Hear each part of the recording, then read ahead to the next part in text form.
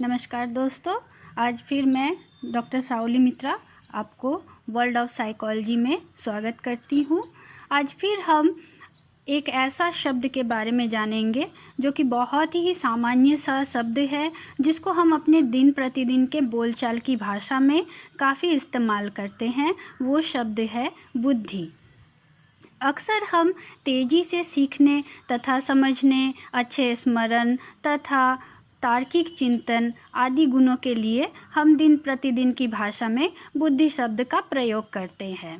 पर इसको अगर टेक्निकली परिभाषित करने के लिए कहा जाए तो साइकोलॉजी के अंतर्गत वेस्लर की परिभाषा सबसे महत्वपूर्ण माना गया है, जिसमें कि उन्होंने कहा है बुद्धि एक समुच्चय और सार्वजनीन क्षमता है जिसके सहारे व्यक्ति उद्देश्यपूर्ण क्रिया करता है, विवेकशील चिंतन करता है तथा वातावरण के साथ प्रभावकारी ढंग से समायोजन करते हैं। ठीक है, यहाँ पर इन्होंने कहा है जैसे कि बुद्धि विभिन्न क्षमताओं का संपूर्ण योग होता है, क्योंकि इसमें इन्होंने कई सारे क्षमताओं के बारे में बात की है। इसका मतलब ये हुआ कि बुद्धि में किसी एक प्रकार की क्षमता नहीं होती है, इसमें कई प्रकार की क्षमताएं होती हैं। इन क्षमताओं का पूर्ण योग ही बुद्धि कहलाता है। दूसरा है कि बुद्धि के सहारे व्यक्ति किसी समस्या के समाधान में सूझ का सहारा लेता है। इतना ही नहीं, किसी समस्या के समाधान में गत अनुभूतियों का लाभ वो इसी बुद्धि के कारण उठा पाता है। साथ ही साथ कहा गया है कि बुद्धि जो है सार्वजनीन क्षमता है, यानी कि यूनिवर्सल कैपेसिटी है। यानी ये नहीं कि हम इंसानों में ही बुद्धि होती है। बुद्धि एक ऐसी क्षमता है जो कि सभी प्राणियों में कम बेसी मात्रा में पाई जाती है, इसीलिए इसे सार्वजनीन क्षमता कहा गया है। बुद्धि के सहारे व्यक्ति उद्देश्यपूर्ण क्रियाएं करता है। जो व्यक्ति जितना ही अधिक उद्देश्यपूर्ण एवं सार्थक क्रिया करता है, उसे उतना ही अधिक बुद्धिमान माना जाता है। निरर्थक तथा उद्देश्यहीन क्रिया करने वाले व्यक्ति को कम बुद्धि का समझा जाता है। अतः बुद्धि का स्वरूप कुछ ऐसा होता है कि जिसके सहारे व्यक्ति उद्देश्यपूर्ण क्रियाएं करता है। जैसे कि हम अगर कोई ऐसा काम करते हैं जो कि कंस्ट्रक्टिव हो और जो कि हमारे फ्यूचर पर्सपेक्टिव के लिए अच्छा हो, तो वो उद्देश्यपूर्ण काम है। अगर आप पड़ोसी के घर में जाके पत्थर फेंकने का काम करते हैं तो ये कोई बुद्धि का परिचय नहीं है, इससे झगड़ा उत्पन्न होगा, इससे कोई कंस्ट्रक्टिव काम नहीं है और इसको कोई बुद्धिमान द्वारा काम ऐसा किया भी नहीं जा सकता है।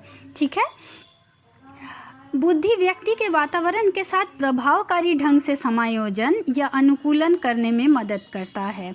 अधिक बुद्धि वाले व्यक्ति अपने आप को किसी भी वातावरण में ठीक ढंग से समायोजन कर लेता है। इन व्यक्तियों के समायोजन की क्षमता देखकर अन्य लोग भी काफ़ी प्रभावित होते हैं। कम बुद्धि वाले व्यक्ति में इस तरह की समायोजन की क्षमता कम होती है और व्यक्ति में वातावरण से संबंधित समायोजन की कई समस्याएं उत्पन्न होती है।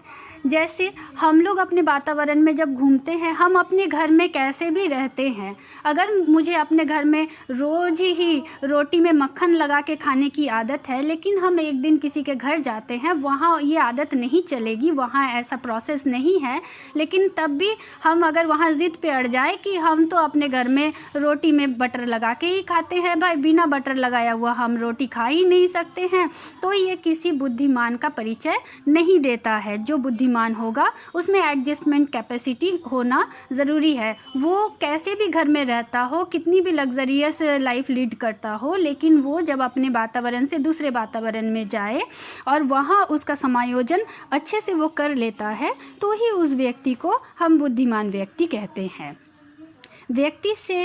बुद्धि से व्यक्ति के विवेकशील चिंतन तथा अमूर्त चिंतन करने में भी मदद मिलती है। इसका मतलब ये हुआ कि जो व्यक्ति बुद्धिमान होता है उसके सोचने एवं चिंतन करने का तरीका विवेकपूर्ण एवं तर्कपूर्ण और युक्ति संगत होता है। साथ ही साथ ऐसे व्यक्तियों में अमूर्त चिंतन की क्षमता भी अधिक होती है। कम बुद्धि वाले व्यक्ति का चिंतन अविवेकपूर्ण तथा तर्कहीन होता है। ऐसे व्यक्ति में अमूर्त चिंतन करने की क्षमता भी कम होती है। ऐसे व्यक्तियों में चिंतन करने तथा कार्य करने में असंगति अधिक पाई जाती है।